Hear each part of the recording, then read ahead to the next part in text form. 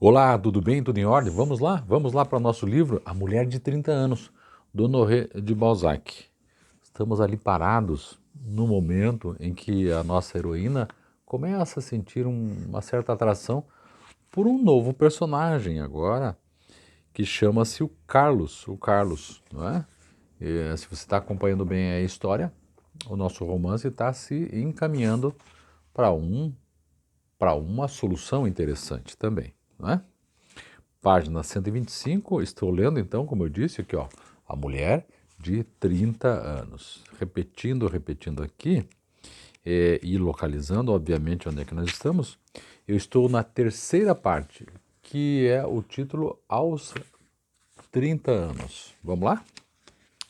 Então, nós estamos parados exatamente nisso aí. O Carlos aparece na vida da Marquesa e parece que aí é um jogo de sedução importante. Vamos lá então?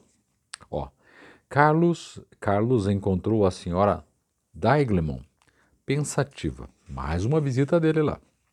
E quando lhe perguntou, num tom penetrante, que as doces magias do coração tornaram persuasivo, que tem? Ela absteve-se de responder. Essa deliciosa pergunta acusava um perfeito entendimento de alma, e com o instinto maravilhoso da mulher, a marquesa compreendeu que os queixumes ou a expressão de seu pesar íntimo seriam, de qualquer modo, uma ameaça de compromisso.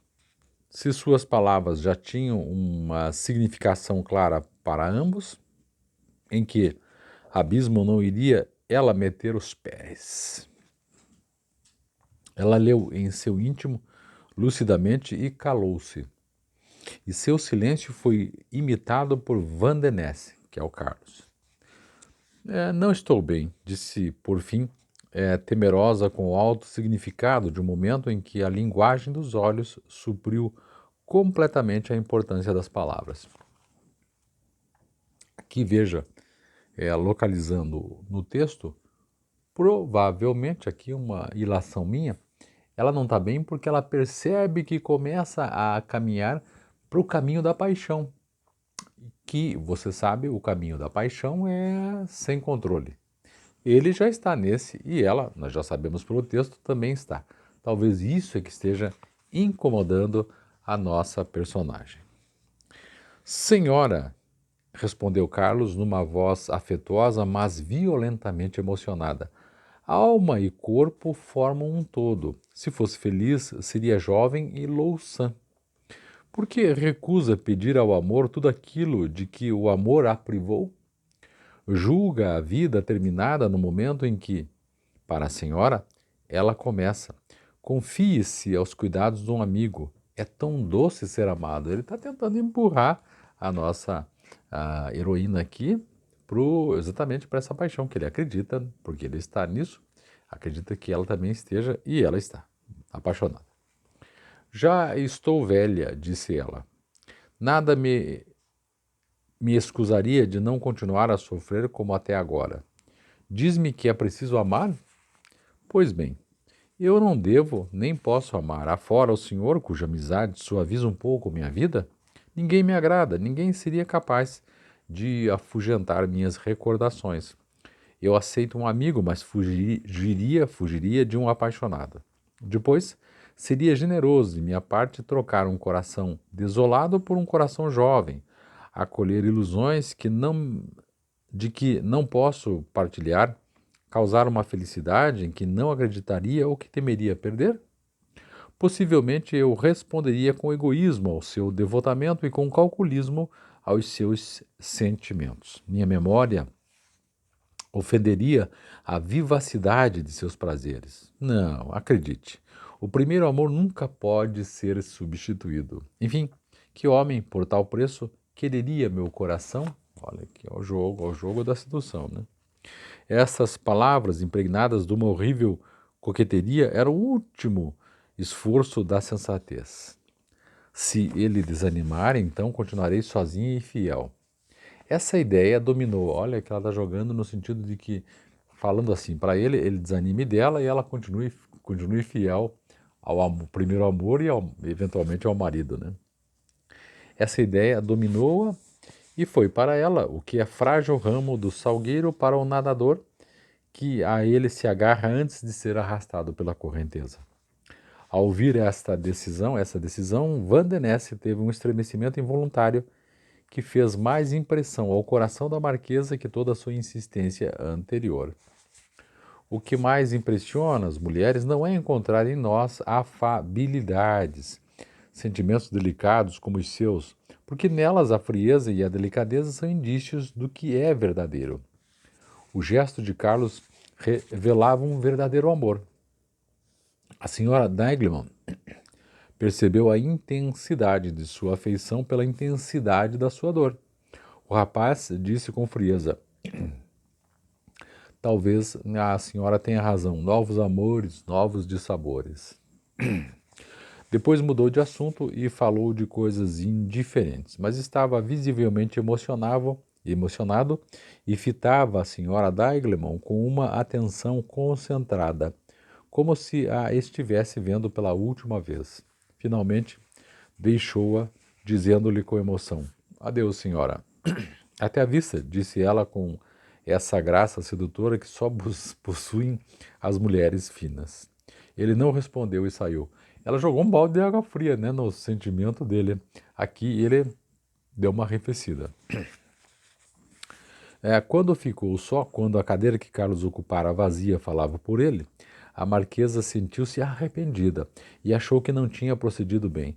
Parece-me que falta exatamente os dois assumirem esse desejo, assumirem a paixão, né, e ver o que acontece. Obviamente que o rapaz está numa situação melhor do que ela, porque ela é casada e precisa manter um certo convívio aí por conta da sociedade. A paixão progride enormemente numa mulher no momento em que ela acredita haver agido pouco generosamente ou ter ferido alguma alma nobre. Em amor, nunca se deve descrer dos maus sentimentos. Eles são muito salutares. As mulheres só sucumbem ao golpe de uma virtude. De boas intenções o inferno está cheio, não é um paradoxo de pregador. Van den Ness passou alguns dias sem aparecer. Todas as tardes, à hora em que ele costumava vir, a marquesa esperava-o com uma impaciência cheia de remorsos. Escrever seria uma confissão. Aliás, seu instinto lhe dizia que ele voltaria. No sexto dia, que interessante, sexto dia o criado de quarto anunciou-o. Jamais ela lhe ouvira o nome com tanta satisfação. Sua alegria assustou-o. Fui bastante castigada, disse-lhe ela. Van den Ness fitou-a com um ar espantado. Castigada? Repetiu ele. Mas por quê? Carlos compreendia perfeitamente a marquesa, mas queria vingar-se dos sofrimentos porque passara, já que ela os suspeitava. Porque ficou nesse jogo, né? Só no jogo. Por que não tem vindo me ver? Perguntou ela, sorrindo. Então, não tem recebido visitas? Disse ele para fugir de uma resposta direta. O senhor de Ronquerolles, o senhor de Marseille e o pequeno Desgrignon estiveram aqui, um ontem, outro esta manhã, cerca de 2 horas. Vi também, creio, a senhora Firmiani e a irmã do senhor, a senhora de Listomère. Esse de Marseille, aqui que ela fala, o senhor de Marseille, é um importante personagem do mundo balzaquiano, entrevista em Modesta Migron, uma filha de Eva, etc. E o pequeno Desgrignon é um jovem aristocrata depravado e perdulário, protagonista de O Gabinete das Antiguidades. O nosso amigo Honoré de Balzac vai misturando personagens aqui para ajudá-lo nesta ficção.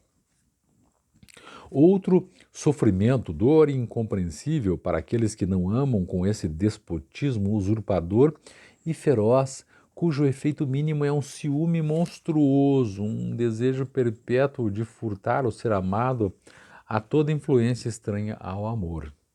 Como? Exclamou Van den Ness consigo. Ela viu criaturas satisfeitas, ela lhes falou enquanto eu permanecia solitário e infeliz. Esse jogo aqui é muito interessante, né? Nós estamos falando de paixão, né?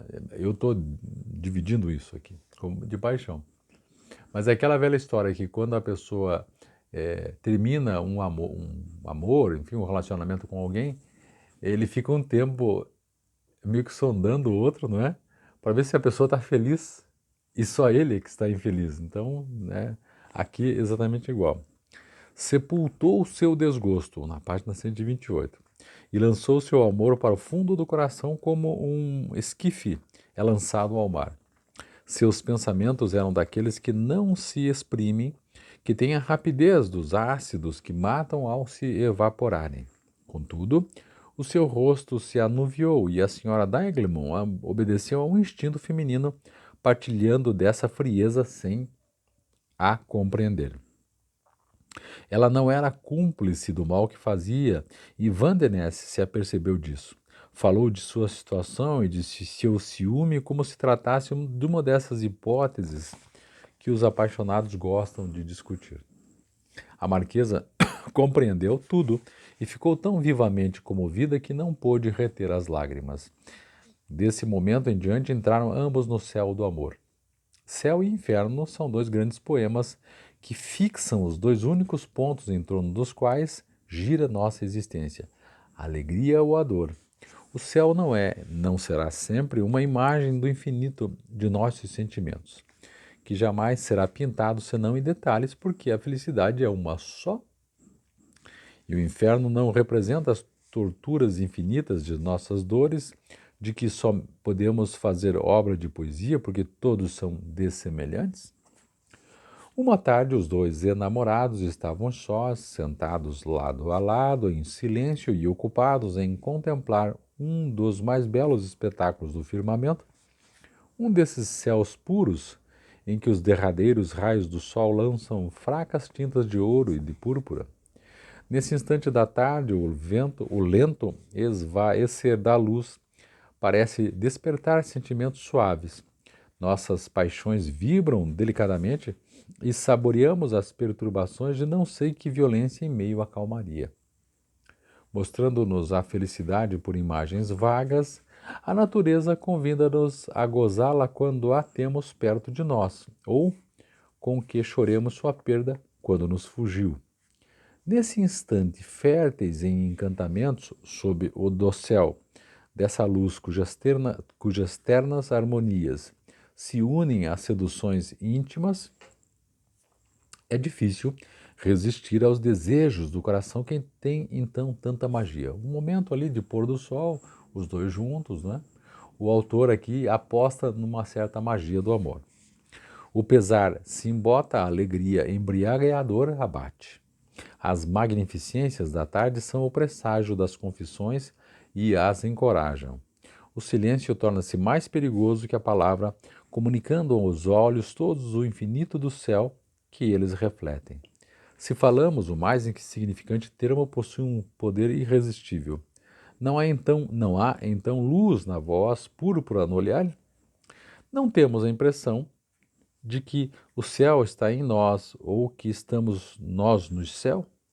Contudo, Vandenesse e Júlia, pois desde alguns dias ela se deixava chamar assim familiarmente por aquele a quem gostava de chamar de Carlos, ela chamava ele de Carlos e ela de Júlia. Por um momento, para a época, me parece que já é uma intimidade, né? Chamar pelo primeiro nome. Falavam ambos, mas o assunto primitivo da palestra estava bem longe deles e já nem sabiam o sentido das palavras, escutavam com delícia os pensamentos secretos que elas encobriam. A mão da marquesa estava na de Vandenesse e ela a abandonava sem pensar que isso fosse um favor. Olha aqui, ó, os corpos se encontrando. E é interessante porque não se fala no Vitor, que é o esposo da marquesa, porque tudo isso se desenrola na casa. Né? Não sei exatamente o que está acontecendo em relação ao marido, se ele não está em casa, se ele não está nem aí, ou se ele, né? Talvez até saiba, não sei. Vamos ver na sequência aí se ele aparecer aqui. Porque não é comum, o sujeito vai na casa, fica se enrolando ali, né? Elas estão de mãozinha dada já, né? Não é comum, pelo menos não me parece ser assim, ainda mais naqueles dias que todo mundo olhava todo mundo, né? Imagine 1800 talvez, aí todo mundo era fruto do olhar alheio, ainda mais uma mulher casada. Mas vamos lá.